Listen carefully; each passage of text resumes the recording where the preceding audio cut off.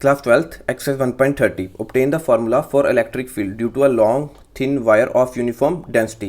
तो उसने यहाँ हमें E फाइंड करने को कह दिया है कि यूनिफॉर्म लॉन्ग थिन वायर की विदाउट यूजिंग गॉस लॉ, बिना गॉस लॉ को यूज़ करे हुए इलेक्ट्रिक फील्ड मतलब कैपिटल E को फाइंड करेंगे। तो हिंट में इसने दे दिया use Coulomb's law and evaluate the necessary integrals. अब हमें यहाँ कूलम्स लॉ सॉल्व करना है और इंटीग्रेशन सॉल्व करनी है। तो स्टार्ट करते हैं। तो पहले ज्यूम कर लेते हैं कि लेट मेरे पास कोई एक लॉन्ग थिन वायर है जिस पे हमारे पास चार्ज डेंसिटी यूनिफॉर्म है।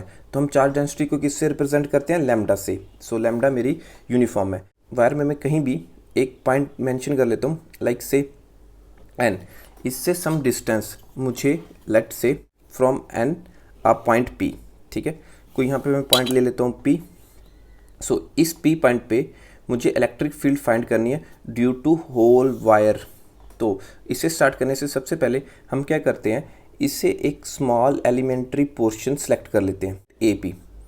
सो ये ए बी काफ़ी स्मॉल होता है, तो डिस्टेंस फ्रॉम एन हम इसे दे लेते हैं लाइक एक्स। तो इसकी लेंथ स्मॉल एलिमेंट्री पोर्शन की हम रख लेते हैं डी एक्स। तो ये मेरे पास कितना आ जाएगा? D x. तो बी की पोजीशन फ्रॉम एन पॉइंट ये क्या आ जाएगी? X plus d x. So इस एलिमेंट्री पोर्शन में मैं एक पॉइंट ले लेता हूँ, लेट्स से इस पॉइंट का नाम रख लेते हैं ओ। अब मैं क्या कर रहा हूँ, मैं देख रहा हूँ कि due to A B elementary portion मेरा पी पे इलेक्ट्रिक फील्ड कितनी पड़ेगी। सो हमें मालूम है ये मेरा वेक्टर रिप्रेजेंट कर देगा इलेक्ट्रिक फील्ड। सो यहाँ पे अब मेरे पास एलिमेंट्री पोर्शन काफ़ी स्मॉल था। सो मैं कहता हूँ कि लेट यहाँ पे जो मेरे पास इलेक्ट्रिक फील्ड अभी ऑब्टेन हो रही है वो हो रही है d, small electric field due to elementary portion A B.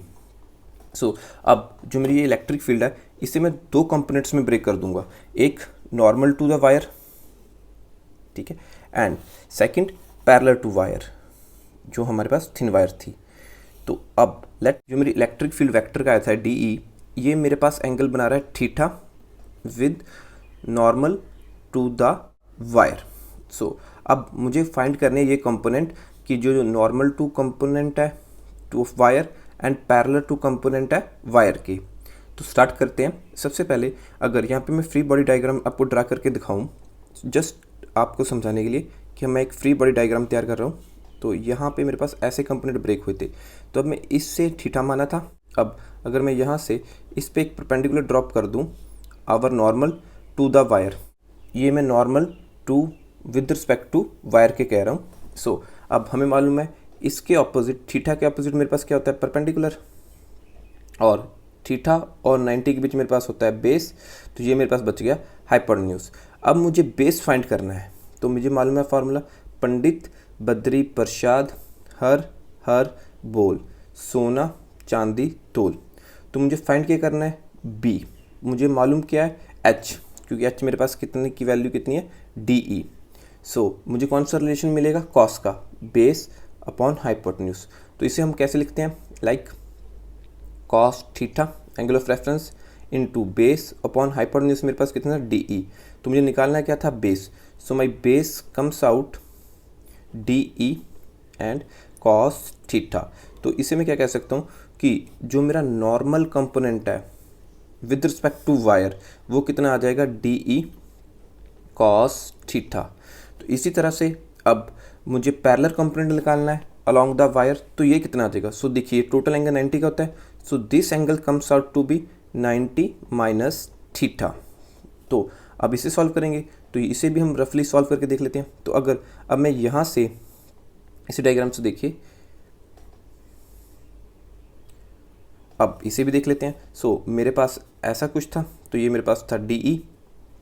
अब एक ये आ गया, तो अब यहाँ से अगर मैं इसमें परपेंडिकुलर ड्रा कर लूँ तो ये एंगल कितना था? थीटा। सो ये अब कितना बन गया था? 90 माइनस थीटा का, क्योंकि ये थीटा का एंगल हमने डिनोट कर दिया था। तो ये बच गया था 90 माइनस थीटा। अब इसके सामने मेरे पास परपेंडिकुलर आ गया रेफरेंस एंगल के, इन दोनों के बीच में बेस, तो ये मेरे पास हाइपोटेन्यूज सेम। अब मुझे निकालना क्या है? बेस। मुझे मालूम क्या है? हाइपोटेन्यूज। तो same cos theta. So cos, अब यहाँ पे थीटा की वैल्यू क्या आ रही है? 90 minus theta, cos 90 minus theta, same base upon hypotenuse, hypotenuse की वैल्यू डी ई। तो मुझे बेस निकालना है। तो सबसे पहले यहाँ देखिए cos 90 माइनस थीटा, ये आइडेंटिटी हमने 10th क्लास के मैथमेटिक्स में चैप्टर में की हुई है। सो हमें मालूम है cos किस में कन्वर्ट हो जाएगा, साइन में, तो ये बन जाएगा sine theta is equal to base upon D E. तो यहाँ से हम बेस की वैल्यू निकालना चाहते हैं, तो base comes out to be d E sine theta. So अब जो मेरा पैरेलल कंपोनेंट विद वायर है वो कितना बन जाएगा, डी ई साइन थीटा। इस तरह से हम इन्हें निकाल सकते हैं। जब आपकी प्रैक्टिस होती जाएगी तो आपको इतनी कैलकुलेशन करने की ज़रूरत नहीं पड़ेगी, आप इजीली सीधा भी लिख सकते हैं D cos theta D sine theta. But ये हमने यहाँ क्यों किया, क्योंकि आपके कंसेप्ट क्लियर होने चाहिए कि ये कैसे आया, और अगर आप ये करते भी हैं एग्ज़ाम में तो आपको इसका बेनिफिट ही मिलेगा, क्योंकि आपको जल्दी से कोई गलती नहीं हो सकती। मेरे पास दो कंपोनेंट आ गए थे, normal to the wire D E cos theta, parallel to wire D E sine theta. अब अगर मैं यहाँ पे एन पॉइंट से सेम लेंथ एक्स पे एक पॉइंट मान लूँ, लेट से आपको समझाने के लिए कि लेट ए डैश बी डैश, मैं एलिमेंट्री पोर्शन अज्यूम कर लेता हूँ जिसकी लेंथ भी मेरे पास क्या आ जाएगी, डी एक्स। तो सेम है, ये भी एक्स आ जाएगा, ये भी मेरे पास एक्स प्लस डी एक्स आ जाएगा। सो ये भी यहाँ से भी अगर मैं यहाँ पे पी पॉइंट पे इलेक्ट्रिक फील्ड देखूँ तो लाइक दिस, ठीक है। तो इसे भी हम, क्योंकि देखिए डिस्टेंस भी सेम है, चार्ज भी सेम है, सो मेरे पास ये भी कितना आ जाएगा, D E electric field at point P due to elementary portion A dash B dash, ये भी कितना आ जाएगा, डी ई, क्योंकि यहाँ पे कंडीशन सारी सेम है, चार्ज डेंसिटी तो इक्वल ही थी, तो पोर्शन भी हमने इक्वल लिया, डिस्टेंस भी इक्वल था, तो ये मेरे पास आ जाएगा डी। अब अगर मैं इसे फर्दर ब्रेक करूँ, है ना, like normal to wire and parallel to wire same, तो इसे भी हम थीटा मान लेते हैं क्योंकि सब कुछ सेम है। तो यहाँ पे अब मेरे पास कंपोनेंट आ जाएगा एक like parallel same d E sine theta आ जाएगा, एंड नॉर्मल टू वायर भी मेरे पास आ जाएगा डी कॉस थीटा, इनकी डायरेक्शन सेम होगी। तो अब आप यहाँ से देख सकते हैं जो मेरे कंपोनेंट थे पैरेलल टू वायर, ठीक है, वो इक्वल है एंड ऑपोजिट है। तो यहाँ से जो मेरी ये कंपोनेंट्स हैं ये एक दूसरे को कैंसिल करते जाएंगी। तो जो मेरी वायर है वो इन स्मॉल कंपोनेंट से मिलके ही बनी है। आप देखिए combination of this small elementary portions.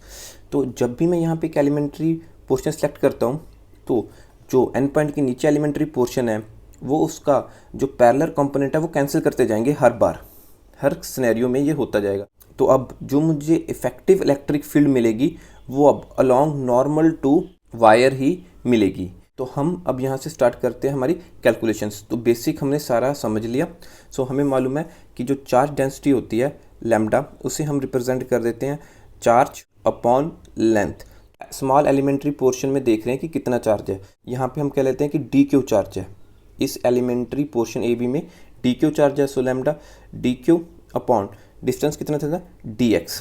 पहले हम चार्ज निकाल लें तो मेरी डी क्यू की वैल्यू आ जाएगी lambda into D x. Coulomb's law use करके हमें फाइंड करनी है इलेक्ट्रिक फील्ड। तो जो स्मॉल इलेक्ट्रिक फील्ड है like D E, by using हम लिख देंगे साथ में कूलम्स लॉ, वो किसकी इक्वल होती है 1/4 पाई एप्सिलॉन नॉट चार्ज की वैल्यू अभी हमने निकाल ली थी यहाँ पे। सो लेट यहाँ पे अब चार्ज लिख लेते हैं डी क्यू, क्योंकि स्मॉल इलेक्ट्रिक फील्ड थी, small charge upon distance from the point. तो डिस्टेंस अभी हम देख लेते हैं, लेट जो हमने एन पी सेलेक्ट किया है इसका डिस्टेंस मान लेते हैं आर, तो ये हमने एक्स मान लिया था। तो अब देखिए कि ये पॉइंट बहुत छोटा है, ठीक है, तो यहाँ तक भी मैं इसे डिस्टेंस एक्स ही मान लेता हूँ ओ पॉइंट तक।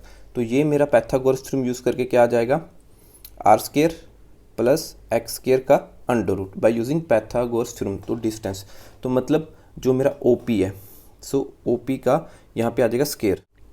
यहाँ पे हम वैल्यू सब्स्टिट्यूट कर देते हैं। So my d E is equal to 1/4 pi epsilon naught, d q की वैल्यू हमने निकाली थी lambda D x upon O P square. So my O P की वैल्यू क्या आ जाएगी, r square plus x square, है ना, बाय पाइथागोरस यूज़ करिए।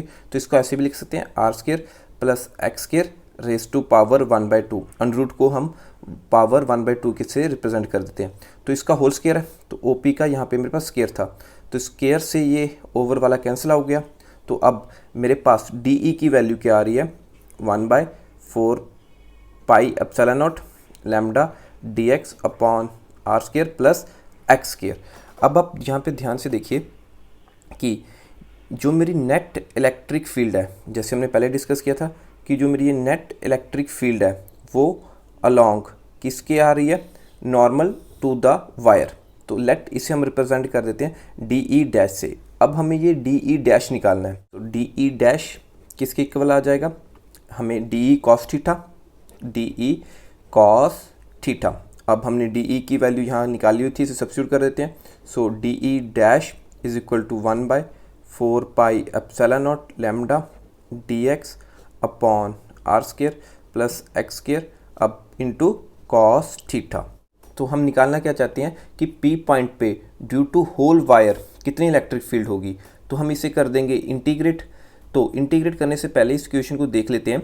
यहाँ पे मेरे पास x और थीटा बोथ आर वेरिएबल। आप यहाँ से ध्यान से देख सकते हैं, जैसे ही मैं x को चेंज करता जा रहा हूँ मेरा थीटा भी चेंज होता जा रहा है।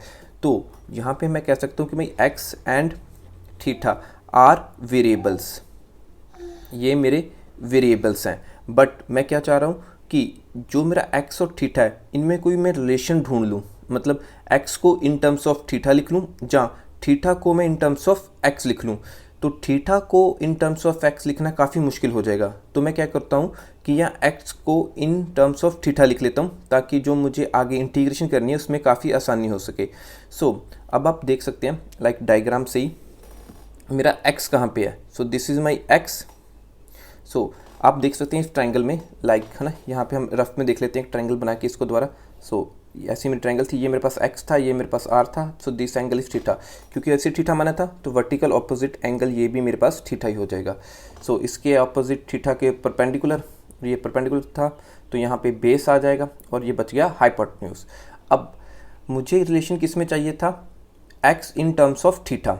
तो r तो जहाँ से आप देख सकते हैं कि r मेरा कांस्टेंट है, हमने p पॉइंट फिक्स कर लिया कि हमें p पॉइंट पे ही इलेक्ट्रिक फील्ड चाहिए, तो उसके कारण सिर्फ मेरा x और थीटा ही चेंज हो रहा था। तो r मैं रिलेशन में ले सकता हूँ। तो अकॉर्डिंग टू फार्मूला मुझे p और b में रिलेशन ढूंढना है। तो p और b में रिलेशन दे रहा है tan, तो मैं लिख सकता हूँ tan theta is equal to perpendicular और बेस, परपेंडिकुलर कितना आ रहा है x अपॉन r। तो यहाँ से मैं x की वैल्यू कैलकुलेट कर लेता हूँ। So my x comes out equal to r tan theta. मैं फार्मूले को द्वारा देता हूँ, मेरे पास dx है, तो x का dx कैसे मिलेगा, अगर हम डेरिवेटिव कर दें तो left hand side with respect to x, right hand side with respect to theta ही होगा। So dx is equal to r तो कांस्टेंट है, ऐसा सच ही रहेगा। सो tan थीटा का डेरिवेटिव क्या होता है, सीकेंट स्क्वायर थीटा। तो क्या बच गया अब थीटा, थीटा का d थीटा। तो आपको याद रखना पड़ेगा कि tan का डेरिवेटिव सीकेंट स्क्वायर होता है। डेरिवेशन और इंटीग्रेशन के फार्मूले आपको याद ही करने पड़ते हैं, चाहे वो बायो का स्टूडेंट है चाहे वो मैथ का स्टूडेंट है। सो अगेन अब dx मेरा यहाँ पे सॉल्व हो गया। तो सेकेंड आइडेंटिटी मेरे पास क्या बचती है, r square plus x square की। So r square plus x square, तो आर स्क्वायर के r square plus x square की वैल्यू मेरे पास क्या आ जाएगी, r square tan square theta, क्योंकि दोनों को ही स्क्वायर मिलेगा, आर को भी मिलेगा और tan को भी मिलेगा। अगर यहाँ से मैं आर स्क्वायर कॉमन आउट ले लूँ तो मेरे पास क्या बचेगा, 1 प्लस tan स्क्वायर थीटा। अब जो मेरा 1 प्लस tan स्क्वायर थीटा होता है ये किसके इक्वल होता है, सीकेंट स्क्वायर थीटा के। So r square secant square theta, तो ये मेरे पास वैल्यू आ जाएगी r square plus x square की वैल्यू। तो यहाँ पे मेरे पास दो वैल्यू आ रही हैं, एक दिस वैल्यू एक dx वैल्यू। अब इसे मैं सब्स्टिट्यूट कर देता हूँ अपने इफेक्टिव इलेक्ट्रिक फील्ड के फार्मूले में, d E dash is equal to 1/4 epsilon naught lambda. अब dx की वैल्यू हमने कैलकुलेट की थी r secant square theta d theta. अब r square plus x square की वैल्यू हमने भी निकाली है, r square secant square theta, साथ में हमारे पास क्या था, कॉस थीटा। अब इसे सिंप्लीफाई कर लें तो यहाँ ऊपर एक आर है नीचे स्क्वायर है, तो एक आर से ये स्क्वायर वाला कैंसिल हो गया। So secant square theta secant square, ये तो होल टर्म ही कैंसिल आउट होगी। तो अब मेरे पास क्या बचा, d E dash is equal to 1/4 epsilon naught. तो ऊपर बच गया lambda cos theta and d theta, cos theta d theta. So नीचे मेरे पास बच गया सिर्फ आर। मैं क्या करूँगा, इसे इंटीग्रेट कर दूंगा कि मेरे पास इफेक्टिव इलेक्ट्रिक फील्ड फाइंड हो जाए due to whole long wire. तो स्टार्ट करते हैं इसकी इंटीग्रेशन। तो इंटीग्रेशन स्टार्ट करने से पहले एक बात ध्यान रखना है कि हमें लिमिट्स लेनी है। क्लियर, लिमिट्स कैसे ले सकते हैं, देखिए अब जो मेरा थीटा है, जैसे मैंने कहा था कि मैंने अपना effective electric field in form of theta ले आया, तो बस अब मुझे थीटा देखना है कि देखिए अगर मैं मानूं कि मेरा थीटा कैसे वेरिएबल होता है, जैसे जैसे ऊपर जाते आएंगे थीटा की वैल्यू बढ़ती जाएगी, कहाँ तक बढ़ेगी, मैक्सिमम 90 डिग्री तक। क्लियर, अब जैसे ही मैं यहाँ से नीचे आता जाऊँगा तो मेरी थीटा की वैल्यू कहाँ तक बढ़ेगी, मैक्सिमम -90 तक, क्योंकि ये आप देख सकते हैं कि आप जितनी ऊपर जाते जाएंगे आपको पी पॉइंट उतना ही क्लोज लगता जाएगा। सो द एंगल मैक्सिमम आप 90 तक पहुंच सकते हैं, तो इधर से भी आप इसे -90 कह सकते हैं। So integration with proper limits बहुत ज़रूरी है। सो हमारे प्रॉपर लिमिट्स क्या आ गई, थीटा की वैल्यू +90 एंड -90। सो जैसे हमने भी डिस्कस किया था, तो मेरा थीटा वेरी कर रहा है लाइक +90 π/2 और हम 90 डिग्री कह देते हैं, और 2 थीटा इज इक्वल टू -π/2 और हम कह सकते हैं -90 डिग्री तक। तो ये मेरी लिमिट्स आ गई। तो हम इसका स्टार्ट करते हैं इंटीग्रेटिंग। सो इसका जब इंटीग्रेट करेंगे, डेरिवेटिव से इंटीग्रेशन का साइन कैंसिल हो जाता है लाइक तो यहाँ पे सिर्फ बच गया मेरे पास अब E dash, effective electric field due to whole wire. तो अब जो मेरा 1/4πε0 है ये कांस्टेंट है, तो इसे हम इंटीग्रेशन से बाहर रख लेंगे। And lambda linear charge density ये भी कांस्टेंट है, हम इसे भी अब बाहर रख लेते हैं। सो आर हमने कह दिया था कि मेरा पी पॉइंट फिक्स है, तो आर भी मेरा कांस्टेंट हो गया, इसे भी हमने बाहर रख लिया। तो कॉस थीटा और डी थीटा ये मेरे वेरिएबल थे, थीटा हमारा वेरिएबल था, हमने डिस्कस किया हुआ है। सो इसकी लिमिट्स इंटीग्रेशन की, सो -90 से +90, चाहे तो आप π/2 भी लिख सकते हैं। So cos theta into d theta. अब हम कॉस थीटा की इंटीग्रेशन कर देंगे विद रिस्पेक्ट टू थीटा। तो कॉस थीटा किसके इक्वल होता है, साइन थीटा के। So E dash comes out to be 1/4πε0 lambda upon r. तो इंटीग्रेशन का साइन हम हटा देते हैं क्योंकि हमने इसको सॉल्व कर लिया। सो साइन थीटा, सो -90 +90, इसे कहते हैं लोअर लिमिट, इसे कहते हैं अपर लिमिट। अब इसको हम फर्दर सॉल्व करें तो हमारे पास फार्मूला होता है upper limit minus lower limit. So my E dash is equal to 1/4πε0 lambda by r into, अब मेरे पास आ जाएगा साइन 90, थीटा की जगह हम 90 डाल देंगे, माइनस, तो फिर साइन, अब कितना एंगल है -90 -90, तो ये हमारा अपर लिमिट और लोअर लिमिट सब्स्टिट्यूट होगी। तो यहाँ पे हमारे पास एक आइडेंटिटी और होती है लाइक अगर मेरे पास साइन माइनस थीटा है, मतलब एंगल माइनस है, तो जो माइनस है वो साइन बाहर आ जाता है लाइक माइनस साइन थीटा, तो हम इसे यहाँ पे यूज़ कर लेते हैं। So my electric field is equal to 1/4πε0 lambda upon r, so sine 90, so minus बाहर आ जाएगा तो minus minus plus plus sine 90 degree. हमें मालूम है साइन 90 की वैल्यू होती है 1, सो 1 + 1 ये कितना बन गया 2। सो हमारे पास effective electric field is equal to किसके आ जाएगा 1/4πε0 लैम्डा अपॉन आर इंटू 2, इन्हें प्लस कर देते, तो इसे हम फर्दर सिंप्लीफाई करके भी लिख सकते हैं इलेक्ट्रिक फील्ड है ना due to a long wire at a any point P having a R distance away from it is equal, अब 2 से ये 4 कैंसिल कर देते हैं, ये मेरे पास आ जाएगा 2, तो 1/2πε0 लैम्डा बाय आर। तो ये मेरे पास आ गया रिलेशन इलेक्ट्रिक फील्ड का due to a long thin wire.